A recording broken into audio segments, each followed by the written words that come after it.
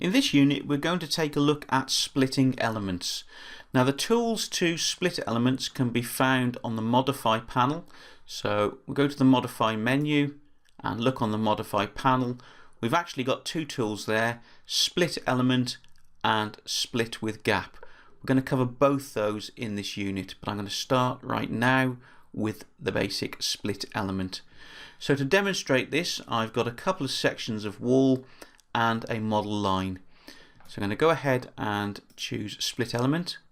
The cursor immediately changes to a little knife or scalpel icon to show us that we're in the split element mode. And I'm going to hover over this first wall at the top here. You can see a little grey vertical line that's offering us the position where the split is going to take place, and a simple click will indeed form a split in that wall. So I'm just going to come out of the split command now, just hit modify to cancel the command, just to show you that there are two separate walls now, so we can manipulate or edit those individually.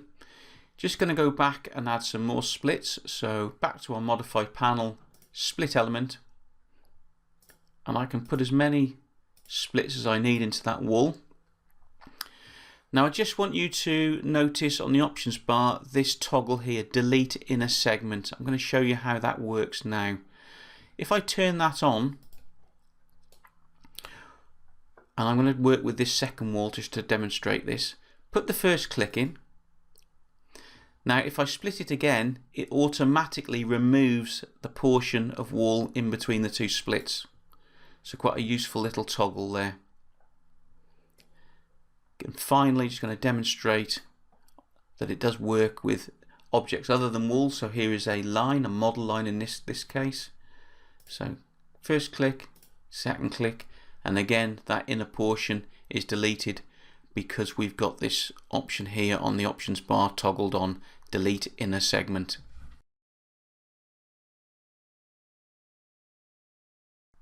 Okay, let's move on to the second tool we talked about, which was the split with joint gap. So remember, modify menu, modify panel, the two split element tools there. We just looked at the basic split element. This is the one we're interested in now, the split with joint gap.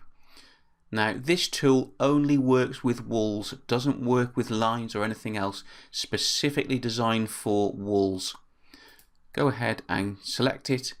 Now you've got a single option on the options bar, and your option is the width of the gap you want placed in the wall. So I'm going to go for 25 mil. Hover over the wall in question and click to place that joint gap. Just going to zoom in so you can clearly see what's happened there. Revit has created a uniform gap across the wall, across all layers. The width is 25 mil or whatever you specified up on the options bar, and Revit has automatically constrained the two walls together. So when we move one wall, the other's going to move. These are not considered to be independent walls. This is one continuous wall, just happens to have typically an expansion gap or a thermal movement joint, a structural movement joint across it. So that's what you would use this tool for. So if I select one wall and move it, the other side moves accordingly. So a very bespoke tool, the one on the right there, for putting these movement joints across walls, whereas the tool on the left, the basic split element, is used to subdivide your wall up, or as we've also seen, can work on lines as well. And that completes this unit.